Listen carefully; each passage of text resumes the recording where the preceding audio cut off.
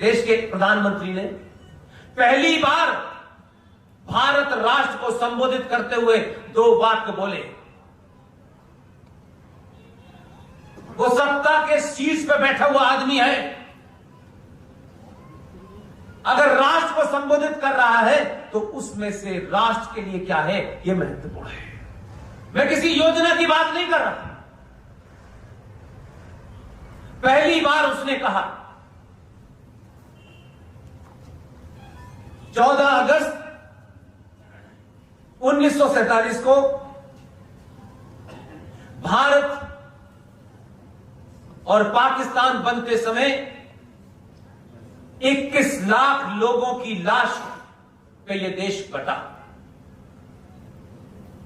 और क्योंकि आप भूल गए, समाज भूल गया और सत्ता के दलालों को इसमें इंटरेस्ट नहीं था, क्योंकि अगर आप ये जानते और याद रखते तो उन्हें सत्ता पे बैठना मुश्किल हो जाता। इसलिए उन्होंने कोशिश की आप भूल जाइए, आप भूल गए। नहीं,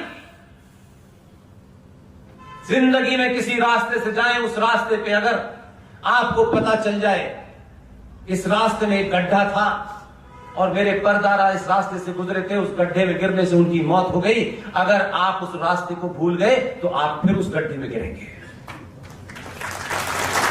कुछ इतिहास में घटनाओं को इसलिए याद रखना चाहिए कि आने वाली नस्लें ये गलती न करें।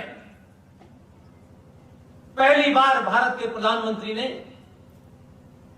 लाल किले की प्राचीर से खड़े होकर के जब यह कहा कि 14 अगस्त 1947 को भारत विभाजन की विभीषिका स्मृति दिवस मनाया जाएगा, तो आपको प्रॉब्लम नहीं हुई, पड़ोसियों को ही और पड़ोसियों के दलालों को इस देश में हुई। बहुत जोर से तकलीफ हुई कि भाई अब ये 14 अगस्त को हम उनको क्यों याद करें, उनको याद करने से तो हमारी दुकान बंद हो जाएगी। आप अपनी नस्लों को बाबर का औरंगजेब का इतिहास पढ़ाते हैं, लेकिन अपने बच्चों से ये नहीं बताते कि तुम्हारे परदादा जिनकी बदौलत तुम इस देश में बैठे हो, उनकी हत्या किन्होंने की थी, यह देश बटा कैसे था, किन बुनियादों पे बटा था। बटने के बाद हमने उतना ही सोचा, इसलिए आज भारत देश के अंदर 29 राज्यों में से 9 राज्य में आप अल्पसंख्यक हो गए 47 के बाद। हमारी कायरता देखिए कि हमारे नेता क्या कह रहे हैं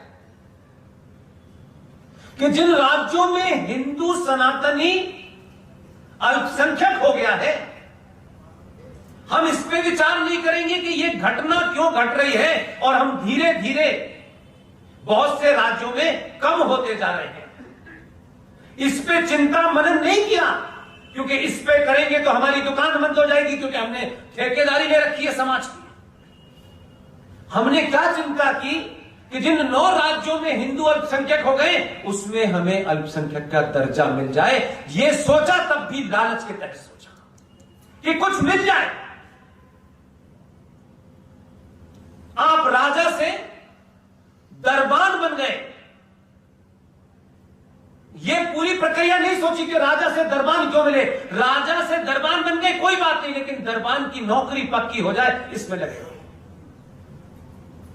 यह किसी जिंदा कौम की निशानी नहीं। आपका इतिहास कोई बहुत पुराना नहीं है। आज जो लोग सनातन हिंदू परिवार के ब्राह्मण का जो बेटा बड़ा था, जब आता ताइयों ने आपके जनेऊ काट कर बिकवाना शुरू कर दिया, रोज जनेऊ काट कर तोले जाते थे कि आज कितने जनेऊ काटे हमने, तब आप ही के परिवार का एक बच्चा